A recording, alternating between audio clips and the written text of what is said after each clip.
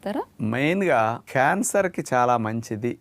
ప్రారంభ దశలోనే రకరకాల క్యాన్సర్ కణాలు కూడా తొలగించడానికి బాగా పనికొస్తున్నది. వాటిని నాశనం చేయడానికి, క్యాన్సర్ కణాలు మళ్ళీ పెరగకుండా స్ప్రెడ్ కాకుండా రక్షించడానికి వంకాయ ఉపయోగపడుతున్నదని సైంటిఫిక్ గా ఉన్నాయి అన్నమాట.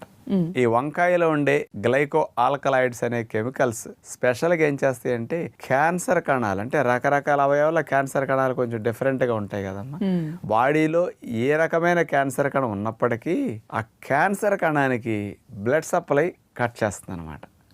రక్తనాళాల మార్పులు తీసుకొచ్చి పోషకాలు వెళ్లకుండా చేసేస్తుంది అనమాట.